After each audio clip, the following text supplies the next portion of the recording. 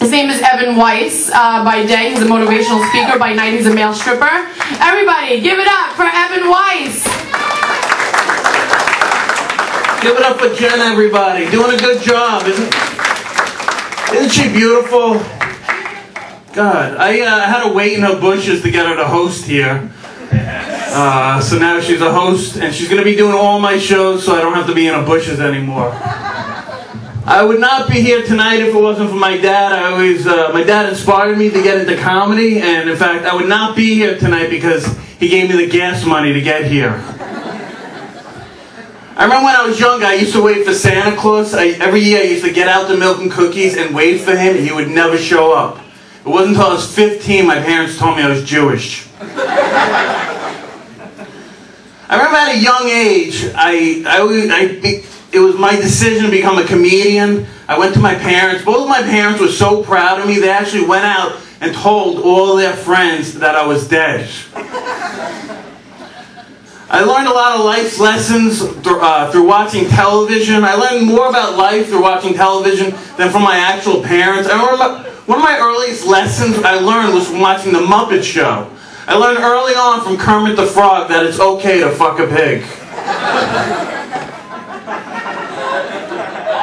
I love watching reality shows. Where are my reality show people at? I like watching Storage Wars, Ice Road Truckers, Pawn Stars. I was out of work for like 3 years. I actually spent more time watching other people work than I worked. So now I put it down on my resume that I've worked at these places as a supervisor. Yep. So I'm not doing very well financially these days. You know you're not doing very well financially if you have to ask a hooker if she takes food stamps. She told me yes, so I hit her and I took her food stamps. It's pretty sad when you have to put ramen noodles on layaway.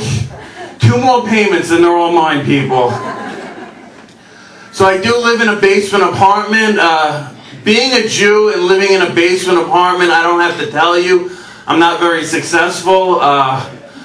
But living alone, if I was Mexican and living alone in a basement apartment, I'm doing pretty good as a Mexican. Another Mexican would come up to you, hey Holmes, you mean you live in a basement apartment by yourself?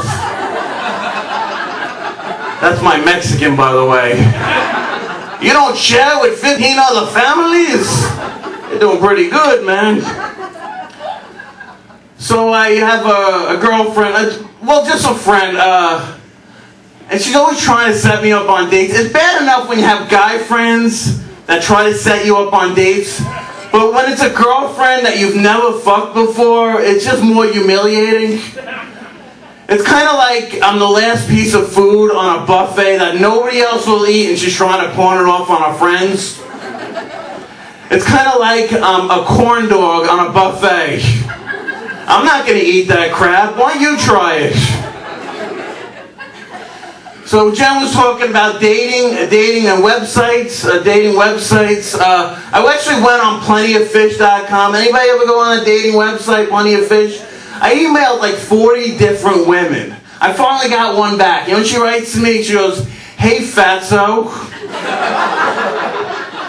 shouldn't you be on plentyoffriedfish.com? It wasn't enough. She didn't stop there. She goes, hey, she writes to me, hey fatso. She wasn't very original. Shouldn't you be on plentyofsweetestfish.com? Have you tried LA Fitness? You know what's the sad part about that story? I wrote back to her. Okay, listen up, whore. Maybe if you were a little bit nicer, you would get laid too. The sad part about that story is I have to make up a fictitious woman to insult myself. That's, they always have their profiles, what their ideal first date is, they always say the same type of horse shit, just take me out to dinner or coffee. I'm like, fuck you, I can't afford coffee. What do I look like? My ideal first date would be, hey, how about you come back to my basement apartment, I get you some lukewarm tap water, and you shut the fuck up. That's what I say. You sign up on any of these dating websites, they always send you your best matches. Your best matches. I don't want my best matches. I want sure bets. I want easy whores at this point. I want them to come to my door and just fuck me and leave. But I guess that would be prostitutes. And I don't have the money for that, and I don't like that. Being a poor Jew, I'm kind of like, you guys will never see this before, a poor Jew. I'm kind of like a mythical creature. Take a picture of me, the picture won't come out right. You're like, I saw one, I swear to God, you're trying to show people. It'll come out at a weird angle. I'm a Junicorn. Or Jew Squatch. Oh, man. So when I do get laid, it's usually fat chicks. That's right. Is that rude to say fat chicks? I like to say Rubenesque. And when I say Rubenesque, I just mean women that like to eat a lot of Rubens. So I had a date with this beautiful woman, larger gal. I'm trying to be polite about it. We're sitting there. It's the first date. She goes, Evan, I have a lot of emotional issues. I take a razor blade to myself. I'm a cutter.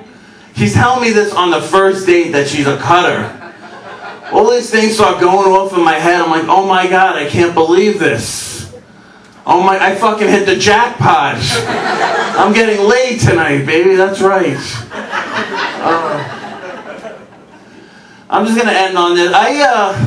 Before doing, I also, this isn't my regular job. I also work, I don't know if you know this, I work at Walmart. That's right, great success, everybody, great success. I work 10 p.m. to 7 a.m. cleaning the floors at Walmart. It's not even the first time I'm working at Walmart. It's not even the second time. It's the third time I'm working at Walmart. If you're sitting in orientation the third time at Walmart, just fucking take a cyanide pill and kill yourself. Because your life is over at this point, people. At least working 10 p.m. to 7 a.m., each shift goes by pretty quick. Like, it only feels like a season at a time. So it feels pretty quick. I just want to end on this. I got an email I'm very excited. I got an email from an agent this morning. I was very excited about this. He said to me, you know, Evan, I'm very excited about your work. I like what you do. I would like to hire you. So I wrote back to him. I'm like, great. After 2 years, you finally looked at my video? He goes, no, I was at Walmart this morning, and the floors look great. What are you charging now? My name's Evan Weiss. Please welcome back Jen, everybody.